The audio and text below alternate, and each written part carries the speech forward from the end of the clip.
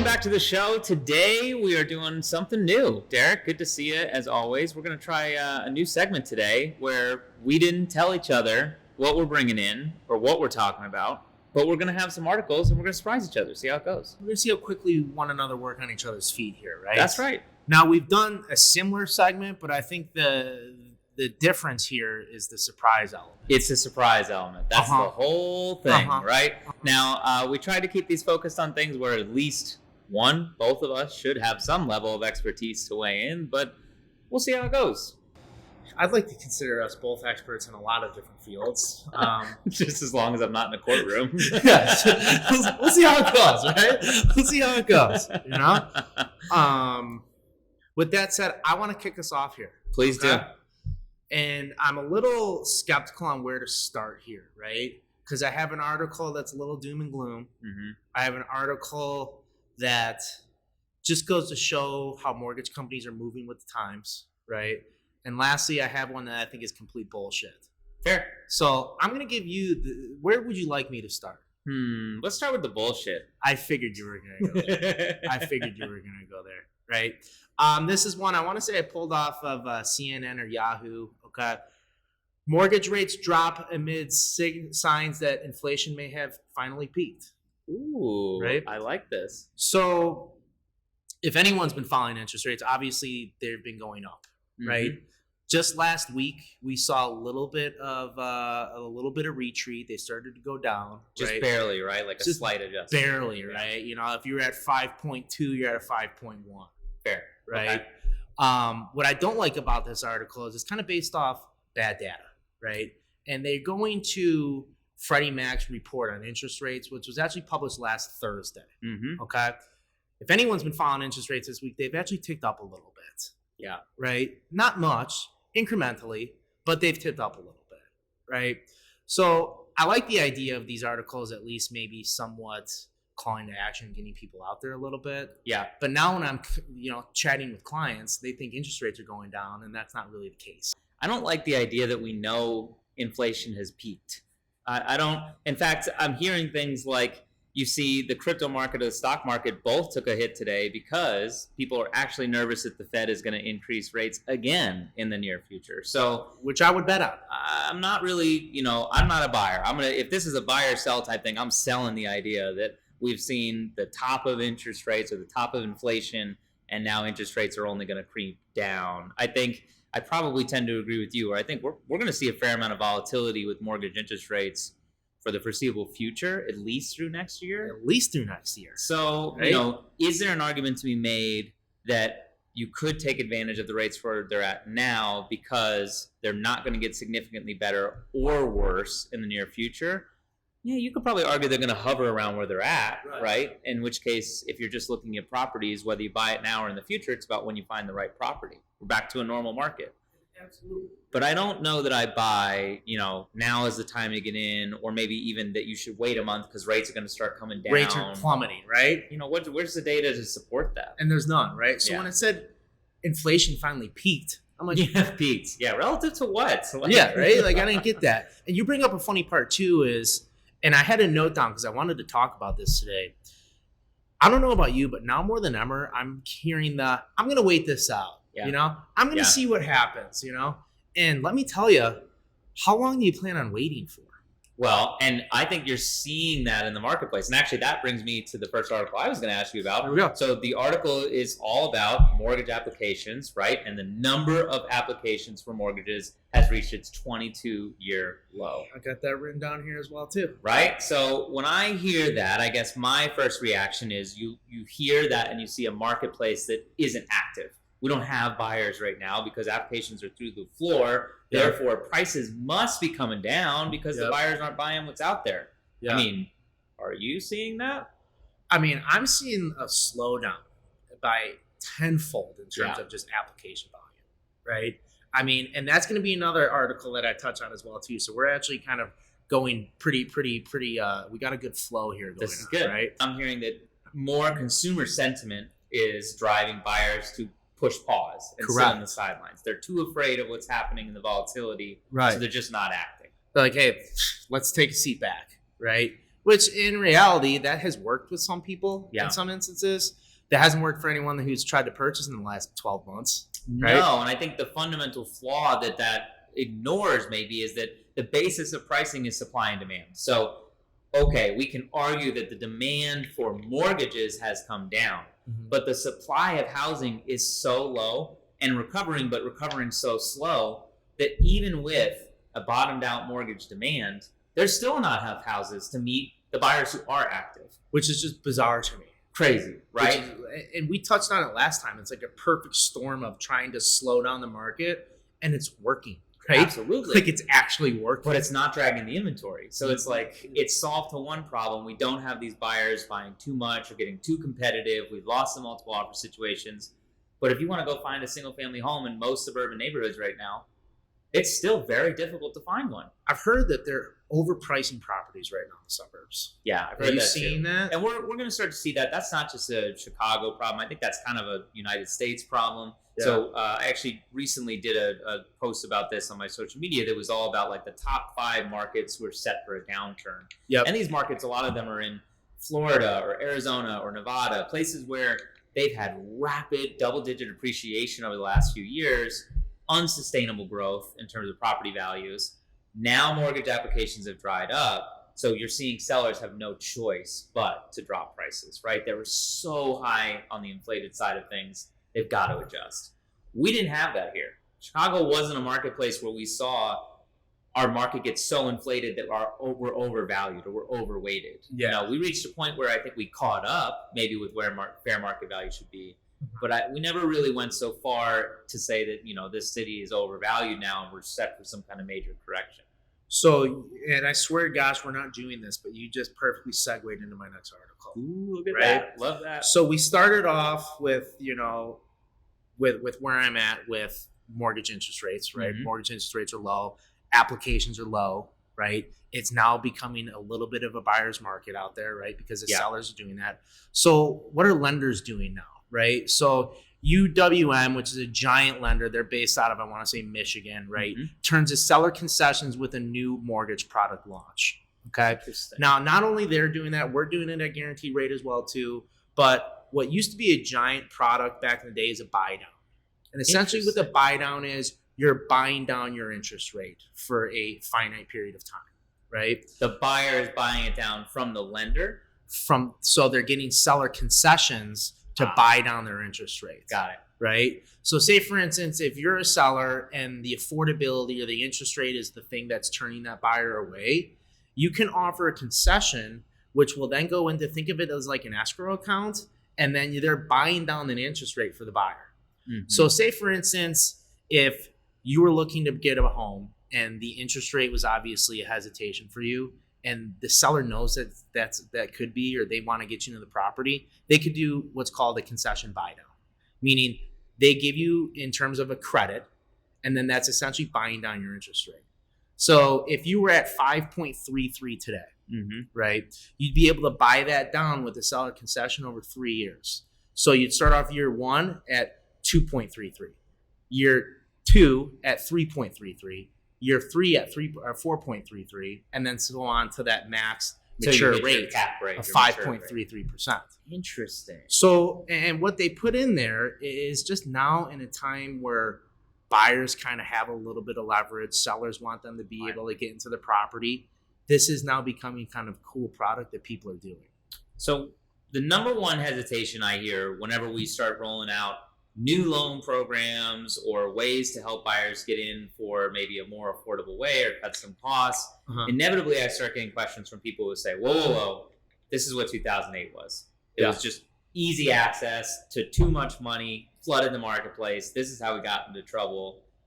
In your opinion, why is this different than that? Why is creating a program like this that allows a seller to help a buyer buy things down slightly different than what we saw there? Well, so first and foremost, this is a product that has been around for quite some time, right? It's now people are finally starting to package it a little bit. So it's just something being utilized now. Correct. It's being utilized, and they've kind of shined it up a little bit. It was on the shelf. They shined it. It's back out there now. Got it. Right? Like when I was at Wells Fargo 10 years ago, we did these all the time. So this product is really just resurfacing as something that maybe has more value today because the interest rates are Correct. so high. Correct. That's saying, hey, interest rates are high. Sellers are looking for a way to get into their property or looking for a way to sell their property. Let's solve both problems with one product. Right. Now, I think that the main difference being is this money just isn't coming up out of anywhere. This is coming from the seller. Yeah. Right. This is a seller concession. It's just used to buy your interest rate down as opposed to, supplement some of your closing costs. Interesting. Yeah. So this is, in my mind, this is the lending world's way of counteracting what's happening with the Fed and interest rates by giving buyers an option that allows them to buy down their rate, right? If the rate is the reason that you're worried about buying, there's a program or an option available that will allow you to have the seller help you buy that down using concession. Yeah, and that's just what it's called. It's called a buy down. Buy down. Right? And it's a temporary buy down. Usually we see it anywhere for 2 to 3 years. And that's a year. That's an annual thing, right? So at the end of the year, it will change, and then it'll go to that fully matured rate. It's so interesting. We couldn't have made this up any better, but you just led into my last article with this. So, I should say my last. I got one surprise one for you that we're going to do at the end. Perfect. But where this takes me in my mind is, I just read an article talking about how there's going to be a massive vacuum in the lending world, specifically around the number of lenders and lending providers that are active. I mean, let's not sugarcoat what this is. This is a very difficult year, particularly for lenders who made the bulk of their money on refinances 18 months ago. For sure. I mean, and it's funny, we'll go into it once we're done with yours. My next article is U.S. banks are starting to go broke. Yeah, see, it's the same exact thing. Yeah. So, and I mean, I hate to talk about it because it is kind of doom and gloom, but this is what's out there right now. This is the news. And sorry to cut you off. Keep on going. No, and I guess where I want to take that for you, I wonder how you feel about that. What is it like to work in an industry, and I'm feeling it too, where we're seeing our peers disappear. Some of them that were not ready, some of the institutions that were maybe underfunded or too heavy in debt, they now cannot sustain business in this new 2022 environment. What does that look like for you as you have a paring down of your industry? And maybe more importantly, why is it that you or the guaranteed rate can continue on when other people are folding? Well, and that's just it. We see just layoff after layoff after layoff at most companies out there right now, right? I will tell you, in terms of how I'm handling it from a sales technique, it's kind of annoying, right? And why that is because all my referral partners are getting constantly hit up, right? Banks will offer incentives and things like that. So anyone and everyone is trying anything to crawl over one another, right? There's a part of me that doesn't hate it either because it kind of weeds some people out. Right? You would think that the cream of the crop should survive, right? Those who can do this right will be here when the dust settles. Correct. Yeah. Correct. I mean, I was looking at a possible team member who last year did 115 million in production.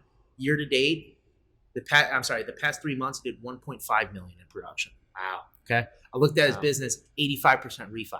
Makes sense. Right. Makes sense. But now more than ever, you're seeing some people maybe try another job or get out of the industry, which it's kind of painful to see. But again, like you had mentioned, cream does rise to the crop, right? They're to the top. People that are going to survive are going to be out there and they're going to originate mortgages. Well, and when I think about this, honestly, why I brought that article up, and you handled that extremely well, because I was putting you on the spot with why is your industry losing a lot of reps? But this is why we're referral partners. I'm not worried that your business is going to go under. I'm not worried that I'm going to refer a client to you, and on Monday they're going to call me and be like, "Hey, Derek's business is out of business." Derek's driving Ubers, okay, yeah. So there is a method to the madness of how we pick our referral partners and how you weed down that list so that you get people who are reliable, consistent, and more than anything, that are going to last when times are difficult. Because it's easy to do good business when times are easy. It's really easy. Let me tell you, almost too easy. But not everybody can do it when it's not easy. On top of that, what I'm seeing a lot of companies do is they're changing their process, right? We're seeing almost processors be obsolete with a lot of the digital and a lot of the fast track processing that we're doing right now. Really? So they're being rolled into the app or whatever that's being rolled Correct. out. Correct. I mean, it's funny. You would have talked to me a year ago, the average loan time, 30 days if it's a clean file. I'm telling people right 2 weeks right now. Wow. So it's become, hey, use us because we're quick. Use us because we can get stuff done quickly. And that is an advantage, particularly coming out of the market we were just in. Sure, maybe you don't need to win deals in 2 weeks anymore, but having the ability to do that helps a lot of people make quick decisions. And quick decision making is like invaluable when you're in the real estate process. 100%, right? And I mean, who wants to wait out a transaction for 30 to 40 days, right? It's a big pain in the ass. No kidding. So going along with the article that you had mentioned, my article, the U.S. banks are starting to go broke, kind of digs a little bit deeper into that, right? So 2016, that's when these big U.S. banks had about half of the market share, okay? Think of it, your Wells Fargo, Chases, B of A. That's exactly where I was going, the big banks. Your big box retail banks, they had about half of the market share. Right now, they have a third of the market share. Seriously? Okay? Correct. So more of the business now than ever is being controlled by independent lenders, smaller shops, and you're not your conglomerates. Are they still using conventional loan options, or are these different in-house options? So these are all conventional home All loans. conventional. So a lot of these smaller lenders are set up as correspondent lenders, meaning they're almost set up as a brokerage, right? Hey, you need money. I have worked with about 15 people that have money. Right. Let me be the intermediary between you two. And then those 15 people or whoever are the backing for what they're lending out. Correct. And so no different than a private equity fund of some sort. Not far out by any means, right? So now their market share is shrinking, right? These big box retail banks. Wells Fargo is pulling out of correspondent lending. Chase wouldn't even do mortgages if they didn't have to, right? Yeah. So and they're very clear about that with their clients. Correct, right? So think about it, Matt. All these smaller companies are handling the bulk of the mortgage business, okay? Mortgage business is at a 20-year low. You know who doesn't have a savings account branch or a checking account branch or a investment branch or a mortgage servicing branch? These small independent shops. Yeah. Right? So when these other big banks are hurting, they could turn to their other facets or their other subsidiaries to help make money. Right. Stay afloat. Correct. If you're solely a mortgage company and you've been ramping up for the past 2 years because you've done record years, and then it just smacks you, this year smacked you like a hit in the face, right? Yeah. You could see why a lot of them are going broke. Well, and right? this has tangible impacts on the real estate market. I mean, 2 weeks ago, I had buyers looking at a home that was under contract. We basically were told, hey, listen, this deal is going to go through. There's nothing you can do. 2 days later, the agent calls me, completely different story. Hey, if your buyers are interested, we'd love to entertain an offer. We're back on the market. And when I asked them what happened, the lender went under. The lender financing the other buyer completely went underwater. You've heard of that. So like at the finish line of the deal that they told me was a done deal, lender's underwater, buyer has no options right now. They've got to restart the process. They can't do it quickly enough.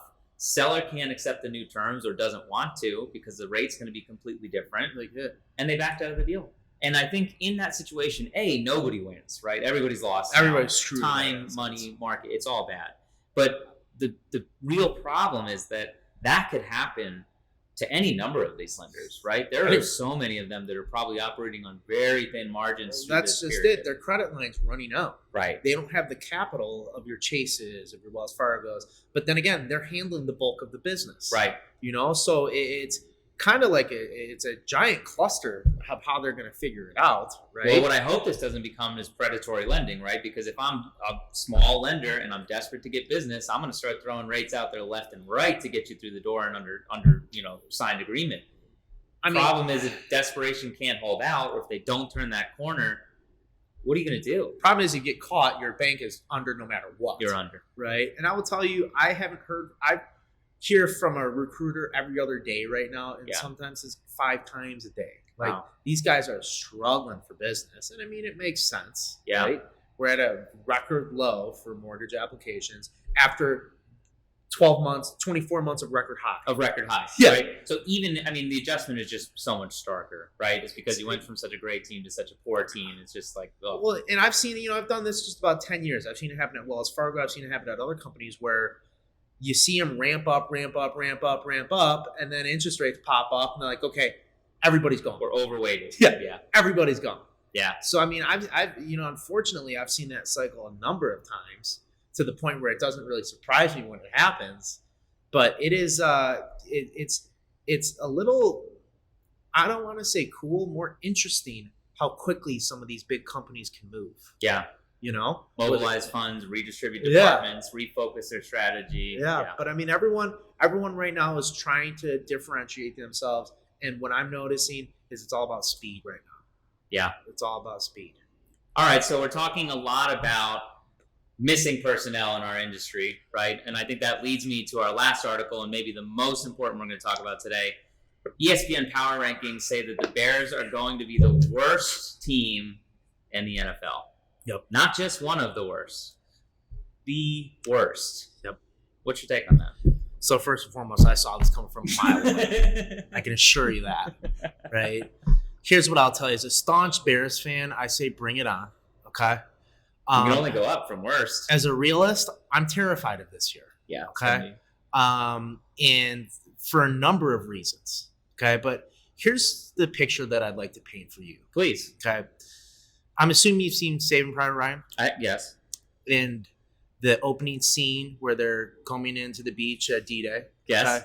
And on that boat, when they zoom in, there's a man puking, there's a man crying, there's a man excited, there's a man getting amped up. Okay.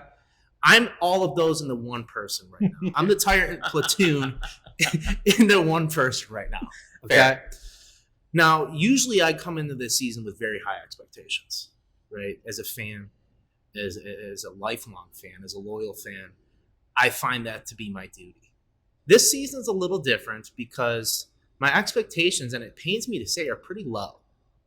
Yeah. They're pretty low. So have I done as much research this season? Yes, I have. Okay. Have I gone to training camp? I have. Okay. Am I prepared for this season to be pretty rough? I am. Yeah. I am. I think I've came to terms with it. Okay. The only issue that I'm going to have is that your Eagles seem to be looking pretty good right now. It was an accidental, fortuitous event that the Eagles actually have a roster that looks serviceable. Yes. We did have one or two top draft picks get let go after putting up career stats equivalent to what some people do in a game, but it's fine. AJ Brown, though, you get AJ Brown, right? We do get AJ Brown. We got Devonta Smith, got AJ Brown. Forgot about him. Oh yeah, I've been telling everyone this year that I'm a Saints fan. Oh good, I'm a Saints fan. That's good. Is it because Drew Brees did so well with his broadcasting? I love New Orleans. I do very well in New Orleans, but the X factor for me is Jameis Winston. Ooh. Give me them crab claws. He's one of my favorite players to watch, both on and off the field, predominantly off the field. Him mic'd up is one of the best things you'll see in the NFL. It's hilarious. Yeah, I agree. It's hilarious. I can't wait for his broadcasting career. Coming up, I'm sure. Maybe this year, but it's coming up. But I will tell you, you've heard it here first. My Bears prediction for the year, 17-0. 17-0. 17-0. You heard it here first. We're going to do more of these. I like the surprise article. It just so happened we surprised each other with articles that made perfect sense. So and they literally fit. Yeah, that was nice. That was weird. We probably couldn't plan a better show. We didn't do that. If we tried. We didn't do that. Maybe we should stop working as hard on this damn thing. And just All right, like, subscribe, follow. We appreciate you. Thank you for the comments so far, and we will see you next time. Derek, always a pleasure. Matt, my man. Thank you, guys. Take care.